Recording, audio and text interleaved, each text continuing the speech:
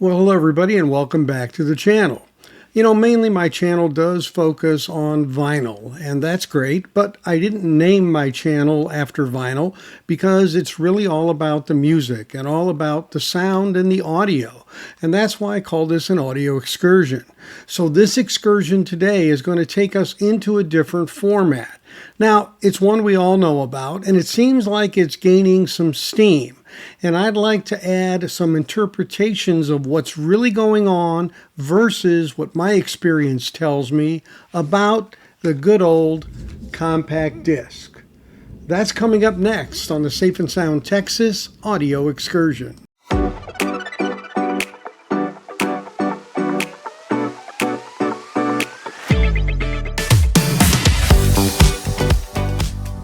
So it seems like all of a sudden, more or less out of the blue, a lot of discussion has hit the internet and YouTubers and YouTube creators about these little round discs, CDs.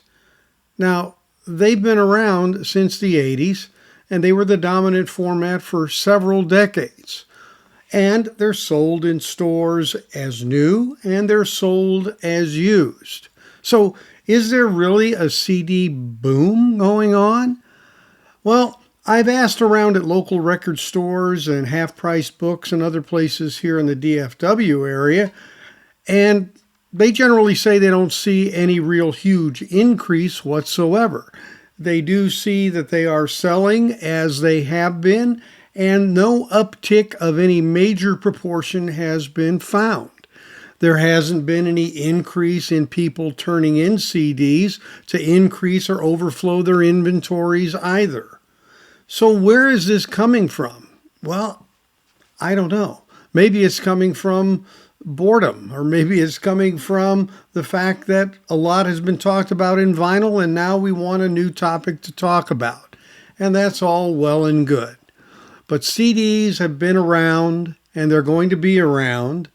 And all I can say is, if you like them, buy them.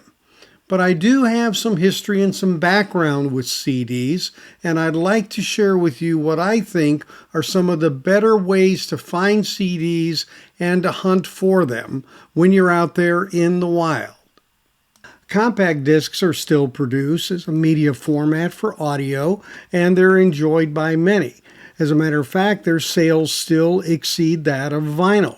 But what about CDs back in the day? Well, I was around when CDs came to prominence back in the 80s, and I can remember it being very anticipatory. This is going to solve all the problems. You have all the songs on one side, so to speak. They just play through. You don't have to flip it like you did a cassette or an album on vinyl. So it was going to be the be-all, end-all. And I was all early adopter. Had the first Sony portable unit. I had a Philips home unit. I had a Sony home unit as well. So for me, it was big. My best unit, I think, at the time was a Technics, actually.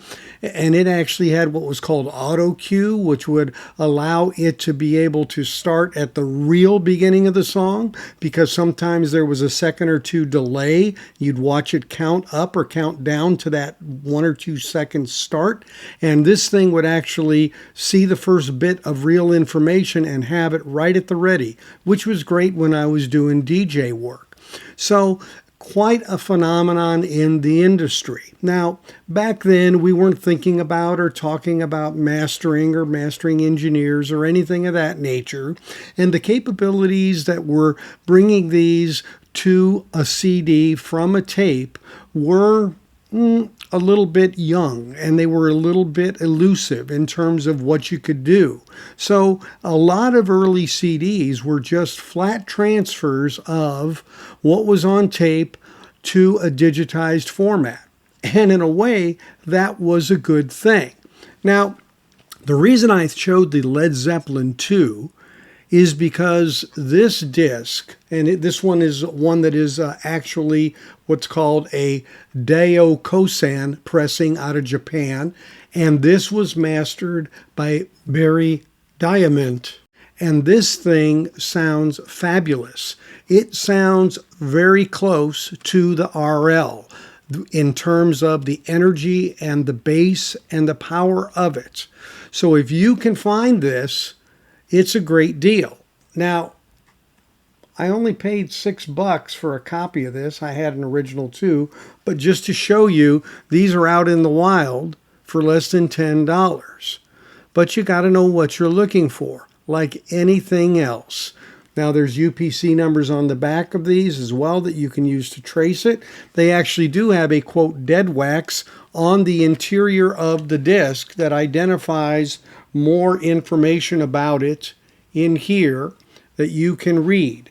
And so CDs can be traced just as well. Now early CDs came in a lot of different varieties. And so I'm going to show you a few of these. Early ones that came out that I got were some of the first few were actually Motown. These were called compact classics. And these were unique compilations of various Motown groups. Jackson 5, Smokey Robinson, I had the Four Tops, Diana Ross, and the Supremes. And these were just basically flat transfers of the stereo versions of those records in terms of the way they were put to tape, and they sound really good. Now, Pink Floyd Dark Side of the Moon on Capitol is a great sounding CD. Definitely just a flat transfer. Now, a lot of CDs had a number in them called DIDX, and this one was DIDX 226. DIDX 226.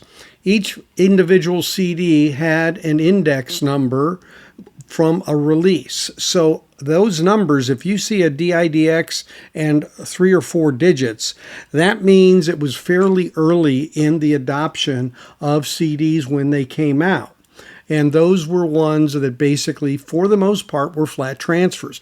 Until later, then they got more equipment into the signal and the path, and they did maybe some equalization. We all know there was a time in CDs where they really wanted them hot, and they really peaked them and really clipped them, and they're just really terrible. So some of these earlier CDs are great examples of ones that really just roll off the way they were made. Another anomaly you might notice, and this is true of Warner Elektra Atlantic Records, their CDs, and this is Madonna. It says on the bottom here, made in West Germany by Polygram. West Germany, what's that? Well, before the wall fell, there was a West and an East Germany. West Germany was a more Western type of country, not under communist control. And so that's why it says made in West Germany by Polygram. So these, you know, are originals because they came out of that time before the change occurred there in Germany. And so when and where you can find these, I guess, OGs of CDs, you will be usually getting a better transfer and something that hasn't been messed with or played with. Sampling is sampling, and you know the digital sound that you get is a matter of often the way the digital to analog converter, or DAC, is in fact working within your particular player. But these are, in fact, ones that are much less fiddled with. They're unadulterated in that regard, and they become something that reflects more of what was really there, which is kind of the way they wanted it to be. It was, in fact, supposed to be the most accurate way, the most accurate method, and the most accurate sound that you can get. Again, your players and your system have a lot to do with what you end up hearing. Now, maturing beyond a simple what's called a Red Book CD, there was the SACD, or Super Audio CD capability that came out through Sony and Philips in 1999, which provided for multi-channel capability and provided a higher bit rate and resolution compared to the compact disc. Now, some of those SACDs are what are called hybrids, and in that they have an SACD layer burned onto them, and they also have a CD Red Book player capability, which means you could take that and play it on a regular CD player. Now, the ones that were SACD only, and they didn't have that hybrid layer, they were a problem because they could only be played on something that was able to read an SACD disc, which most often were in fact Sony players because they created it and they adopted that. The resolution on those is definitely better, but is it so much better? Well, that's up for debate. Again, a lot of it all boils down to mastering as well. Beyond that format, there have been other formats. A competitive format called DVD-A or DVD-Audio was out when SACD came out, and they duked it out like VHS and Beta, and Super Audio or SACD won, and DVD-A's faded out of use. And they were, a lot of the non-Columbia labels were the ones that used DVD-A, especially Warner Electra Atlantic and their particular products. Now, there are players that can play all of these formats, but you have to watch for those and look for them. There was a brand called Oppo Digital, or for short Oppo, OPPO. They no longer make these because they now are just into making phones, but Oppo Digital made great equipment, and it was able to decode anything you basically threw at it. So if you had DVD-A, if you had SACD, if you had CD, if you had a CD with HD-CD, which was in high definition and extra capability, or a 20-bit or 24-bit CD versus 16-bit, these Oppos can play those. Now, if the Oppo is a DVD version, it can only play DVD-As, but if it's a Blu-ray, now there are Blu-ray-Audio discs, not to be confused with Blu-ray videos for movies. Oppo Digital can play those as well. But there are players like the BDP 83 and 85, or the BDP 93 and 95, or in fact the BDP 103 or 105. Those all can play all these formats, especially the upper ones in the Blu-ray give really good video as well. And you can find those used for $250 or less. They're higher ones, the 200 series, the UDPs, the Ultra capabilities, those are into thousands. But Oppo makes a great player, and you can get those for several $100s, and you can play anything through those. So those are a great value for what you can get. Of course, if all you want is straight CD, you don't need anything quite as sophisticated.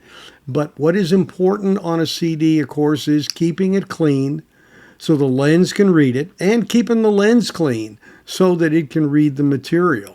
So you have to always think about that. They used to make, I don't know if they still make, a CD that had a little brush on it that would actually go in and it would play a track, and as it was playing that track, that brush would be cleaning that lens. It also, you can take the lid off and unplug it, and then the lens itself can be wiped with a very clean cloth and maybe a little bit of alcohol on it, and to clean that lens to get your best reproduction. But these CDs that are out there from the early days really do sound good and are a great value. Now, if you're like me, you want to have a CD player in your car, and I make sure that the cars I have CD players in them because they're older cars, but I make sure they do because I enjoy taking a CD and listening to it. My car has an Infinity sound system with surround, so it sounds really good given the fact that you're in a car. So if you have that portability and capability, they're great for that. CDs are coming back. A lot of people say, well, CDs are there. They've always been there. People are starting to look at, I can go get a CD for $3, or I can go buy the album for used one for 10 or 15, or bigger dollars in vinyl. So a lot of people are looking at the economics of it. They're also looking at the space of it. How much room does it take to store CD versus a record? People are, a vinyl is great, the albums are great, but there are practical limits.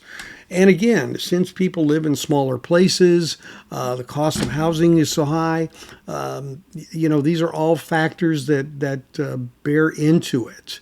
Now, do you need to go rush out and buy a bunch of CDs because they're going to go up in price? Who knows? I would say if you find a good one that's of older vintage, and it has these monikers that I'm mentioning, the DIDX numbers or the made in West Germany, kind of these early ones, yeah, they're probably worth picking up now because I think those are going to be the ones that people look for. So it's all about enjoying the sound and it's all about what works for you. I just thought since CDs seem to be a topic now and coming back a bit, I would share a few insights about what to look for on the CDs to make a decision on, well, which are the best to pick up. I hope you have a lot of fun looking for them. I hope you can find what you're looking for. Discogs does have CD information in it, so in most cases you can zap that barcode on a CD and find it in Discogs as well, so you can drill down just like you do with vinyl. It's not quite as easy to read some of the etchings inside of that disc because of reflections to light and things like that. But if you're really searching hard, you can really find some good buys out there. So as always, thanks for watching. If you haven't subscribed, please consider doing so by clicking on the bell, and a thumbs up or like is appreciated, as are your comments. And if you would share with your friends this channel, that is very much appreciated.